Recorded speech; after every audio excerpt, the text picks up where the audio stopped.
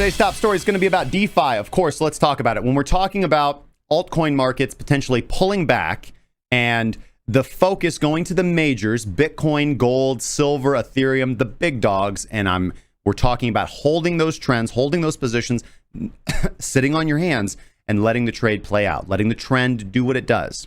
But we have to talk about what are the opportunities for DeFi here. And over the past few months, we have seen, of course, a major boom in Ethereum's DeFi sector. And with today's altcoin pullback, seeing the majors, because of Bitcoin breaking out and stealing the spotlight again, we have to wonder if DeFi's surge in popularity is a sustainable trend, or is it going the way of ICO-mania in 2018? So, taking a look at the latest data that's coming out of the DeFi Pulse, we see that total DeFi users have grown by 23% since the 1st of June. And over $3.5 billion worth of assets are currently locked up in the DeFi ecosystem. We've seen transaction volume across all Ethereum-based DeFi apps climb by nearly 800% since April. And a lot of the success is thanks to that other buzzword you've likely heard a lot in recent weeks, and that's yield farming. Yield farming is where DeFi platforms incentivize users to deposit and stake their funds in order to earn fat dividends. So in many ways, it's led to unintended consequences because crypto users have rushed in to snap up every promising new DeFi token, which some would argue is creating an artificial demand for these assets. But speculators, we like artificial demand. Why not? So the question that we're asking ourselves today is the DeFi craze sustainable, or will it be the next Ethereum-powered bubble to burst? Because we've seen this before.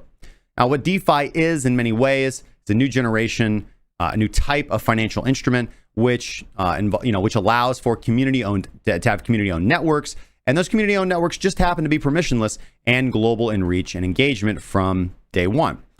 Now, at this stage of the game, though, DeFi is very, very, very experimental. It looks very attractive on the outside, but if you look under the hood, there are a lot of potential problems. And this experiment of DeFi caters to very hardcore crypto audiences. But in many ways, this is just the start, because if issues get ironed out and awareness of DeFi increases, then this is a system that we would see more mainstream users curious to diversify their crypto holdings begin to enter into the space. So this is the entire idea of decentralizing financial marketplaces, of blending what traditional banks do with the efficiency and kind of robustness of cryptocurrency. Now, when we talk about user experience, because that has been a very, very sore spot for cryptocurrency, the DeFi user interface and overall experience is one of the cleanest we've seen in the industry to date. In many ways, it's better and more engaging than what traditional finance offers.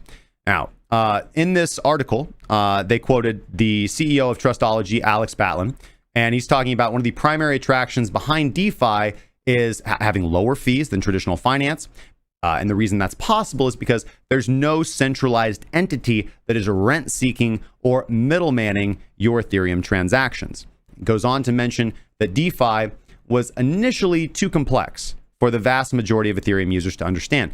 But now they're getting to the point where it's becoming easy enough for anyone with a MetaMask wallet and some Ethereum sitting around to engage in DeFi and to attempt to farm yield or find some sort of value. And one-click services like InstaDApp are enabling average investors to take advantage of DeFi strategies like flash loans and other dividend-generating tools. So, user interface improving, and the user interface improving increases the amount of individuals coming in. So, in the early days, while one really had to be something of a specialist, familiar with drafting custom contracts in my Ether wallet, the viability of yield farming is now reaching a much broader demographic thanks to slick front ends and user portals on the web. However, later in this article, Julian Sawyer, who heads up Gemini's European operations, is a little bit more uncertain of the long-term viability of DeFi products, saying that while the concept of decentralized finance is fundamentally sound, whether or not it's going to be able to unseat mainstream financial products remains to be seen. And again, one thing I'll say about that is you'll see a blend, you'll see a marriage, right? Human societies trend toward the best solution to a problem over time, given enough time, because human beings are pretty awesome. Now, according to Julian, though, removing all central controls, intermediaries, and oversight that are ubiquitous to even the simplest of traditional financial processes. I mean, how many papers do you need to sign to open up a checking account? But that might make DeFi a non-starter among central banks, regulators, major institutions, and even average consumers. So, this is representing a, kind of the old guard argument that for DeFi products to be more than just a plaything of crypto nerds, in order to actually gain mass adoption, the DeFi space needs to develop controls and protections to allow it to interact with or exist in the same world as current financial systems. So we need that centralized control. We need that strong and a kind of overlord to seek rent from us and tell us what to do. But he says that includes implementing effective compliance measures to prevent crime and fraud, such as the ability to address the source, to assess the source of wealth and funds running through applications. And while traditional banking and finance isn't perfect, even according to Sawyer, DeFi won't be able to build the sort of credibility that it needs and the trust that it needs to gain traction without first building bridges to existing institutions and engaging with regulators. And I think that there he does have a point. Now, I think that's a shorter term view. I think that in the longer term view, the decentralized approach does work better, unless we get just the all powerful AI to run it for us. But in the long term, I think that human beings will trend toward what DeFi wants to be now. However, it does, to me, on its face, seem very, very, very true that initially you're not going to see that mass consumer adoption, and again, which will require like central bank agreement, regulators to approve, governments to approve, and they're not going to allow something that's just fully crazy running around in the wild. And I also don't think it's likely that we have this immediate crypto anarchist dream where we just overthrow a government and then everything's beautiful and decentralized. No, unfortunately, a very long-term view on the path from where we are right now as a society to where we will eventually be in the future. Again, if you want to predict the future, it's really easy. All you have to do is sit down and imagine a better world, like logically, and eventually we'll get there, right? For example, if you had gone back 100 years ago and just thought of some practical things that would be good, and you'd be like, man, 100 years ago, how could life be better? Well, it would be awesome if we had more of this kind of electricity thing, right? This is a new thing. See these lights, they're awesome. They replace this burning candles. If we had more of these and they were all over the place, it'd be really cool if we could go faster than the horse consistently. It'd be really cool if we had more food production, if we didn't have to work so hard individually for food all the time, so that we could actually specialize in the jobs and become smarter. It'd be really great if we could build cities where we currently can't build them. It'd be really cool if we could travel through space. And guess what? We're there. And so if you want to predict the future, just realize very simple fundamental fact about existence or reality, right? Human society trends toward improving itself over time. This is why I have fundamental faith in humanity. I am not a cynical person. I love my life. I love the existence of human beings. I think we're awesome. And I think that we are going to get where we are. This is why I push back against all these really cynical, negative, horrible conspiracy theories that say that, the world is just going to descend into absolute chaos and pandemic. That's possible. We might, there's going to be terrible things that happen. There's always terrible things that happen. But we figure it out. We establish a better society. And that is just a challenge and barrier for us to get over, right? So again, fundamentally bullish on humanity. But the fact remains, despite the trust and regulation that are present in mainstream finance, many today no longer trust traditional banking to be fair or even transparent, particularly if the economy unravels in the coming months and years after this virus straw breaks the back of the central bank camel. The so-called credibility of the legacy financial system could be in jeopardy, and consumers will be more and more willing to embrace an alternative that's accountable and auditable, just in a different sort of way. So while many of today's fintech companies like PayPal or Square or Robinhood, they're just shiny new interfaces over a previous century banking system, DeFi is based on an entirely different new financial system altogether. And if it lives up to its potential, then decentralized finance could help make finance more accessible, fair, and transparent to consumers everywhere, capable of innovating quicker than traditional finance, along with even greater capital efficiency. I do think that what's more likely, right, is a bridge, right? I do agree with Julian that although I think I disagree with his sentiment, I agree that what is far more likely is seeing traditional finance adopt aspects of decentralized finance, and then as society improves or evolves, seeing more and more and more and more decentralization to where eventually we get to where DeFi. So my kind of view is that DeFi is what we deserve, right?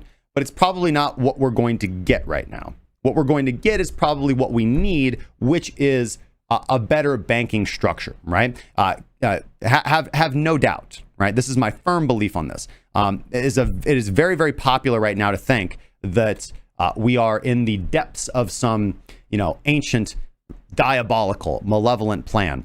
And that it's never going to get better, right? It's just going to be this constant slave master system, and then the central bank's just going to rule everything. There didn't used to be central banks, right? The central banking model is an improvement on what we used to have, okay? And it is. The central banking model is an improvement on the financial system that we used to have.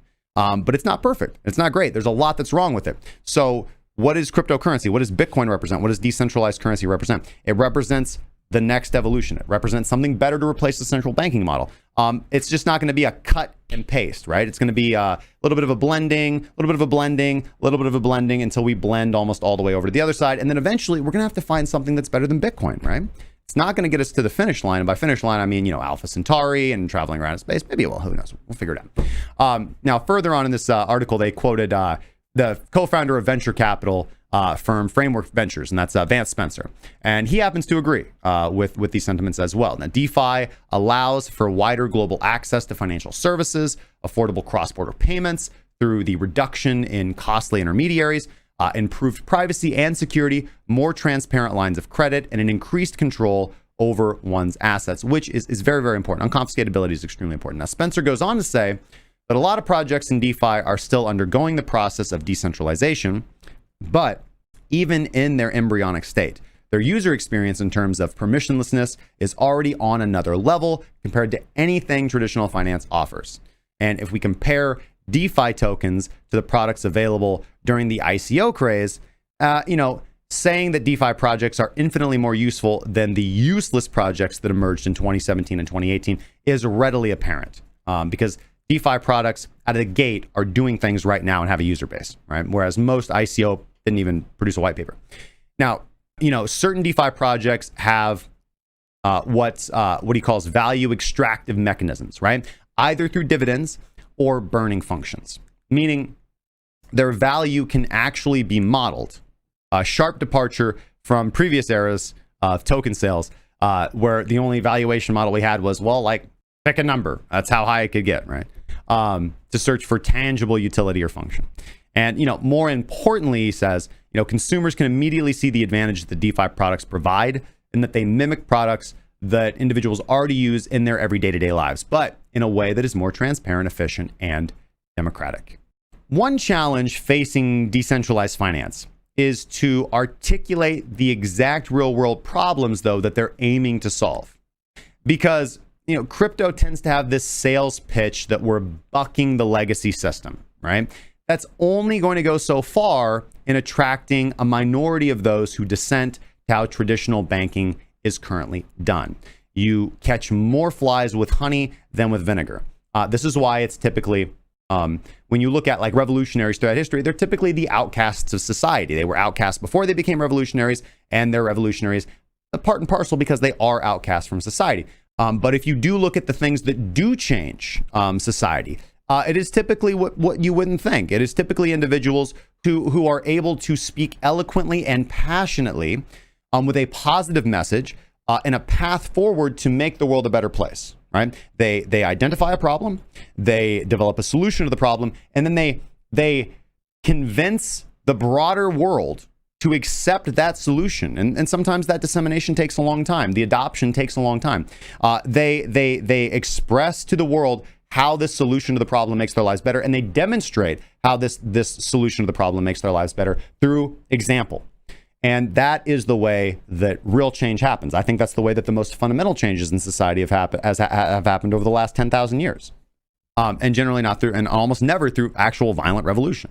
So bucking the system is a good narrative, and it is certainly important and incumbent upon us to call out the inefficiencies in the system, but we need to improve, right? Concepts need to be layered on top, and then eventually you can cut out the concepts that you didn't like. But you have to have something there in place that works to replace them, or you're just going to let people fall into a black hole. And that's anarchy and chaos, and that doesn't work so well, right? So instead, DeFi will have to demonstrate that, in fact, it does have viable use cases where it provides better, more efficient, and faster services to its consumers, right? Going back to Sawyer, explaining that the industry as a whole needs to really focus on developing and communicating the values that these applications in DeFi can bring to consumers and businesses right now. And in the meantime, we should not underestimate the challenges that DeFi faces in the near term or get carried away with the recent surge in total value locked in the DeFi ecosystem or the valuations that have been put on these speculative assets. So many of us can picture a future in which banking services do move away from brick and mortar financial institutions to purely fintech products delivered directly to the palm of your hand with the use of smartphone technology and mobile applications or the cell implanted in your forehead. But DeFi itself is still largely an experiment and remains far away from mass adoption. And as with crypto in general, right, there will be ups, big ups, and there will be downs, big downs. And many have observed that during the course of 2019 and early 2020. Many high-profile exploits have taken place on these platforms. Nonetheless, those currently pouring into the DeFi space and snatching up tokens left and right firmly believe the underlying breakthrough in technology, business models, and banking governance will see DeFi add serious value to people in the long term. And for venture capitalists like Spencer, it's obvious that some of these DeFi projects will fail, but to start labeling this growing industry as a bubble is too premature. So the total market capitalization of all DeFi protocols is just a few $1 billion today. That is a mere fraction of the larger cryptocurrency industry and nearly insignificant compared to the mainstream financial sector. A flight to quality will eventually happen when the showdown between modern fintech innovation and traditional banking finally goes down. And if we are indeed headed into the next great crypto cycle in the market, the next 4 to 10 years, we'll see another major influx of new adopters.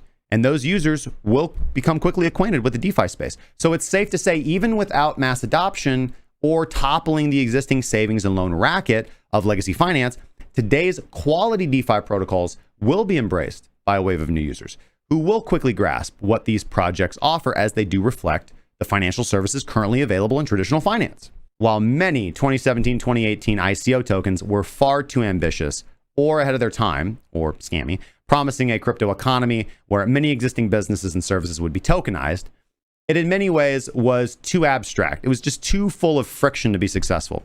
DeFi, on the other hand, is not really painting this hypothetical future. It's reinventing financial systems that many users intuitively recognize can benefit from permissionlessness, transparency, audibility.